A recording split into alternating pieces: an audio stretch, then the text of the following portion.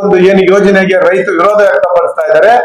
ವಾಸ್ತು ಅಂಶವನ್ನ ಮಾತನಾಡಿ ನೀವು ಅಧಿಕಾರದಲ್ಲಿ ಆ ಪಕ್ಷದಲ್ಲಿದ್ದಲ್ಲಿ ಒಂಥರ ಮಾತನಾಡ್ತಕ್ಕಂಥದ್ದು, ನಮ್ಮ ಪಕ್ಷದಲ್ಲಿದ್ದಾಗ ಇನ್ನೊಂದ್ ತರ ಮಾತನಾಡ್ತಕ್ಕಂಥದ್ದು, ಈ ಗೋಸುಂಬೆ ರಾಜಕಾರಣವನ್ನ ಈ ರೀತಿ ಗಂಟೆಗೊಂದು ಮಾತನಾಡ್ತಕ್ಕಂಥದ್ದು ನೀವು ಬಿಡ್ಬೇಕಾಗ್ತದೆ. ನೀವು ಇದನ್ನ ಬಿಡ್ಲಿಲ್ಲ, ನೀವು ಪ್ರತಿಷ್ಠೆಯಾಗಿ ನೀವು ತಗೊಂತೀರಿ, ನಾವು ಮಾಡೇ ಮಾಡ್ತೀರಿ ಅಂತಂದ್ರೆ ಯಾವುದೇ ಕಾರಣಕ್ಕೂ ನಮ್ಮ ಪಕ್ಷ ಈಗಾಗಲೇ ನಮ್ಮ ಪಕ್ಷದ ನಾಯಕರು ಆಗಿರ್ತಕ್ಕಂಥ ಪೂಜ್ಯ ದೇವೇಗೌಡರು ಸಾಹೇಬರು ಈಗಾಗಲೇ ಇದೆ ಇಲ್ಲಿ ನಮ್ಮ ಕೇಂದ್ರ ಕಚೇರಿಯಲ್ಲಿ ಪತ್ರಿಕಾಗೋಷ್ಠಿಯನ್ನು ಮಾಡಿ ಎಳೆಯಾಗಿ ಆ ವಾಸ್ತವಾಂಶವನ್ನ ಅವರು ಈಗಾಗಲೇ ರಾಜ್ಯದ ಜನತೆಗೆ ತಿಳಿಸಿದ್ದಾರೆ.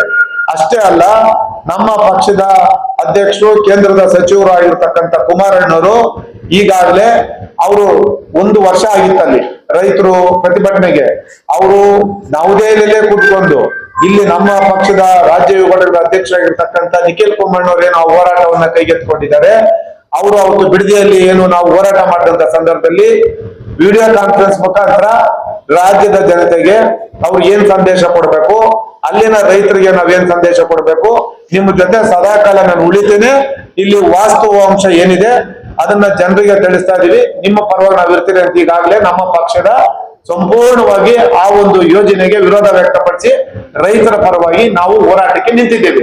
ಇದು ಒಂದು ಭಾಗ. ಇದಾದ ನಂತರ ನಾನು ಅವ್ರು ಹೇಳ್ತಾ ಇದ್ರಲ್ಲ 2,500 ಇಂದ 3,000 ಎಕರೆ ಏನು ಈಗಾಗಲೇ ಅವರು ಸರ್ಕಾರಿ ಜಾಗ ಇದೆ, ಗೋಮಾಳ ಜಾಗ ಇದೆ ಅಂತ ಹೇಳಿದ್ರು. ಆದ್ರೆ ಇವತ್ತು ಹೇಳ್ತಾರೆ ಅವರು ಆ ಯೋಜನೆ ಪ್ರಾರಂಭ ಆಗೋದಕ್ಕೂ ಮೊದಲು ಈ ರೀತಿ ಹೇಳಿರ್ತಕ್ಕಂಥದ್ದು. ಯೋಜನೆ ಪ್ರಾರಂಭ ಆದ್ಮೇಲೆ ನೋಟಿಫಿಕೇಶನ್ ಮಾಡ್ಬೇಕಲ್ಲ.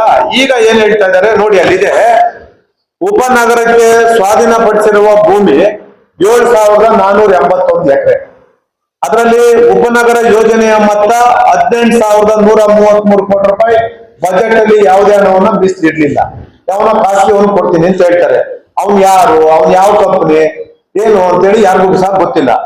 ಪ್ರತಿ ಎಕರೆಗೆ ಇವರು ನಿಗದಿಪಡಿಸಿರ್ತಕ್ಕಂಥ ಬೆಲೆ 2.7 ಅಂದ್ರೆ 2,07,00,000.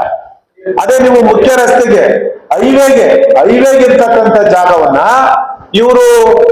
ಅದಕ್ಕೆ ಇವರು ನಿಗದಿಪಡಿಸಿರ್ತಕ್ಕಂಥದ್ದು 2,19,00,000. ಬಹುತೇಕ ಪ್ರತಿ ಎಕರೆಗೆ ನಿಗದಿಪಡಿಸಿರ್ತಕ್ಕಂಥ ಗರಿಷ್ಠ ಅಂದ್ರೆ ಇದೇನು ಕನಿಷ್ಠ ನಾನು ಹೇಳ್ತಾ ಇದ್ದೀನಿ, ಗರಿಷ್ಠ ಮೊತ್ತ ಎಷ್ಟಪ್ಪ ಅಂತಂದ್ರೆ ಅವರು ಯಾವುದೇ ಒಂದು ಅಲ್ಲಿ ಬೆಲೆ ಬಾಳ್ತಕ್ಕಂಥ ಭೂಮಿ 2,55,00,000 ರೂಪಾಯಿ. 2,55,00,000 ರೂಪಾಯಿಗೆ ನಿಮ್ಗೆ ಹಣ ಎಲ್ಲಿ ಸಹ ನಿಮ್ಗೆ ಅಲ್ಲಿ ಭೂಮಿ ಸಿಗೋದಿಲ್ಲ ಹೈವೇಗೆ. ಇದು ಒಂದು.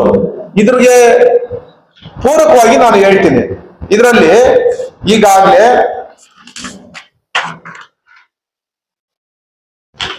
ಒಟ್ಟು ಖಾತಾದಾರರು ಅಲ್ಲಿ ಇರ್ತಕ್ಕಂಥದ್ದು 9 ಹಳ್ಳಿ. ಆ 9 ಹಳ್ಳಿದು ನಾನು ಹೇಳಕ್ ಹೋಗೋದಿಲ್ಲ, ತಮಗೆ ಕಳ್ಸಿಕೊಡ್ತೀನಿ. ಅದರಲ್ಲಿ ಒಂದು ವಿಚಾರಕ್ಕೆ ನಾನು ಬರ್ತೀನಿ.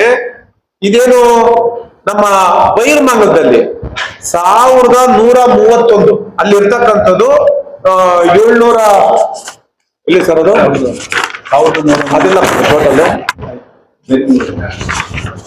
ಟೋಟಲ್ ಮಾತ್ರ ಮಾಡಿದ್ವಿ. ಇನ್ನೊಂದಲ್ಲಿ ಅದರಲ್ಲಿ ಒಂದು ನಿಮ್ಗೆ ಕ್ಲಾರಿಫಿಕೇಶನ್ ಕೊಡ್ತೀನಿ. ಅವರು ಇದು ಮಾಡಿದ್ದಾರೆ, ಒಟ್ಟು ಖಾತಾದಾರರು ಇರ್ತಕ್ಕಂಥದ್ದು 7,032.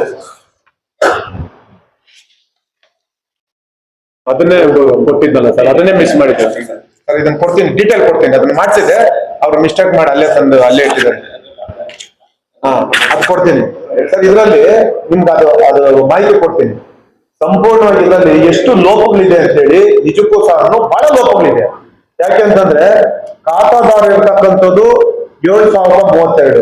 ಅದರಲ್ಲಿ ಸರ್ಕಾರಿ ನಮ್ದು ಅವ್ರು ಹೇಳ್ತಾ ಇದ್ರಲ್ಲ, ಲಾಸ್ಟ್ಗೆ ಉಳಿತಾ ಇರ್ತಕ್ಕಂಥದ್ದು ಎಷ್ಟು ಗೊತ್ತಾ ಸರ್? ಅಲ್ಲಿ ನಿಮ್ಗೆ ಒಟ್ಟು 9 ಗ್ರಾಮಗಳು, ಯೋಜನೆಯ ಒಟ್ಟು ಪ್ರದೇಶ 8,493 ಎಕರೆ. ಈಗಾಗಲೇ ನಾವು ಹೇಳಿದಾಗೆ ಖಾಸಗಿ ಮಾಲೀಕತ್ವದಲ್ಲಿ ಇರ್ತಕ್ಕಂಥದ್ದು 6,731. ಅದೇ ಸರ್ಕಾರಿ ಮಾಲೀಕತ್ವದಲ್ಲಿ ಇರ್ತದ್ದು ಬರೀ 750 ಎಕರೆ. ಅದರಲ್ಲಿ ಆ ಖರಾಬು ಬಾ ಖರಾಬು ಎಲ್ಲ ಹೋದ್ರೆ ಅದರಲ್ಲಿ ಉಳಿತಕ್ಕಂಥದ್ದು ಬರೀ 474 ಇದೆ, ಮಿಸ್ ಆಗಿತ್ತು.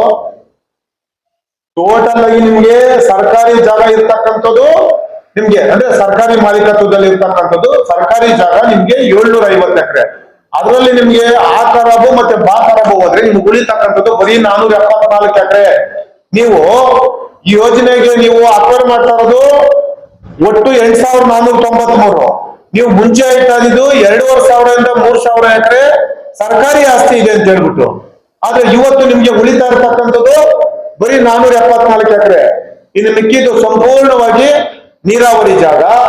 ರೈತರು ಇವತ್ತು ಸಹ ಅಲ್ಲಿ ಹಿಡುವಳಿ ಮಾಡ್ತಾ ಇರ್ತಕ್ಕಂಥ ಜಮೀನುಗಳನ್ನ ನೀವು ರಾಜಾರೋಷವಾಗಿ ಇವತ್ತು ಈ ರೀತಿ ಸ್ವೇಚ್ಛಾಚಾರವಾಗಿ ನೀವು ಯಾವನೋ ಖಾಸಗಿ ಕಂಪನಿಯವನಿಗೆ ಸುಮಾರು 18,000 ಕೋಟಿ ಈ ಒಂದು ಇದನ್ನ ಸುಮಾರು 33,500 ಕೋಟಿ ಪ್ರಾಫಿಟ್ ಮಾಡ್ಲಿಕ್ಕೆ ಯಾವನೋ ಖಾಸಗಿಯವನಿಗೆ ನೀವು ಏಕಾಏಕಿ ನೀವು 15,500 ಕೋಟಿ ನೀವು ಇವತ್ತು ಇದನ್ನ ನೀವು ಅವ್ನು ಯಾವನೋ ಹಣ ಮಾಡ್ಕೊಂಡು ಹೋಗ್ಲಿಕ್ಕೆ, ರಿಯಲ್ ಎಸ್ಟೇಟ್ ದಂಧೆ ಮಾಡ್ಕೊಂಡು ಹೋಗ್ಲಿಕ್ಕೆ ರೈತರ ಕುತ್ತಿಗೆ ಮೇಲೆ ಇವತ್ತು ನೀವು ಕಾಲಿಟ್ಟು ನಿಂತಿದ್ದೀರಲ್ವಾ? ಇದನ್ನ ಯಾರಾದ್ರೂ ಒಬ್ರು ಸರ್ಕಾರ ಅಂತ ಕರೀತಾರ? ಇದಕ್ಕೇನಾದ್ರೂ ಕನಿಷ್ಠ ಕಿಂಚಿತ್ತು ಈ ರಾಜ್ಯದ ರೈತರ ಮೇಲೆ ಗೌರವ ಇದೆಯಾ? ಆಮೇಲೆ ಅದು ಬಿಟ್ಬಿಡಿ. ನಿಮ್ಗೆ ಇನ್ನೊಂದು ವಿಚಾರ ನಾನು ಹೇಳ್ತೀನಿ. ಈಗಾಗ್ಲೇ ನಿಮ್ಗೆ ಇಲ್ಲಿ ಈಗಲ್ಟನ್ ರೆಸಾರ್ಟ್ ಇತ್ತಲ್ವಾ? ಈಗಲ್ಟನ್ ರೆಸಾರ್ಟ್ ಅಲ್ಲಿ ನೀವು ಇಲ್ಲಿ ಗರಿಷ್ಠ 2,55,00,000 ಒಂದು ಎಕರೆಗೆ ನೀವು ಫಿಕ್ಸ್ ಮಾಡ್ತೀರಿ. ಅದೇ ಈಗಲ್ಟನ್ ನಲ್ಲಿ ಇದೇ ರಾಜ್ಯದ ಮುಖ್ಯಮಂತ್ರಿಗಳು, ಆವತ್ತಿನ ಆ ಭಾಗದ ಉಪಮುಖ್ಯಮಂತ್ರಿಗಳು ಅವರೇ ಮಂತ್ರಿ ಇದ್ದಂತ ಸಂದರ್ಭದಲ್ಲಿ ಅವರು ಅಲ್ಲಿ 1 ಎಕರೆಗೆ ಆ ಈಗಲ್ಟನ್ ಸುಮಾರು ಒಂದು 75-80 ಎಕರೆ ಅವರೇನು ಎಕ್ಸೆಸ್ ಲ್ಯಾಂಡ್ ಹಾಕೊಂಡಿದ್ದಾರೆ ಅಂತ ಹೇಳ್ತಾರೆ. ಅವ್ರಿಗೆ 12.5 ಕೋಟಿ ರೂಪಾಯಿ ಫಿಕ್ಸ್ ಮಾಡಿದ್ದಾರೆ. ಅಂದ್ರೆ ಇದು ಸರ್ಕಾರದಲ್ಲಿ ಇಷ್ಟು ಬೆಲೆ ಬಾಳ್ತದೆ, ಹಾಗಾಗಿ ನೀವು 12.5 ಕೋಟಿ ಕೊಡ್ಬೇಕು 1 ಎಕರೆಗೆ. ಅವ್ರು ಹಾಕಿರೋದು ಫೈನು. ಅವ್ರೇನು ಈಗಲ್ಟನ್ ರೆಸಾರ್ಟ್ ಅವರು ಅಲ್ಲೇನು ಅವರು ಅಲ್ಲಿ ಆ ಒಂದು ಒತ್ತುವರಿ ಮಾಡ್ಕೊಂಡಿದ್ದಾರೆ ಅಂತ ಹೇಳಿ ಆ ಒತ್ತುವರಿ ಲ್ಯಾಂಡ್ಗೆ ಇದೇ ಸರ್ಕಾರ, ಇದೇ ಕ್ಯಾಬಿನೆಟ್ ಸಬ್ ಕಮಿಟಿ ಇವರೇ ಮಾಡಿರ್ತಕ್ಕಂಥದ್ದು ಕೋರ್ಟ್ ಆದೇಶಗಳನ್ನ ಧಿಕ್ಕರಿಸಿ 12.5 ಕೋಟಿ ರೂಪಾಯಿ 1 ಎಕರೆಗೆ ಫಿಕ್ಸ್ ಮಾಡಿದ್ದಾರೆ.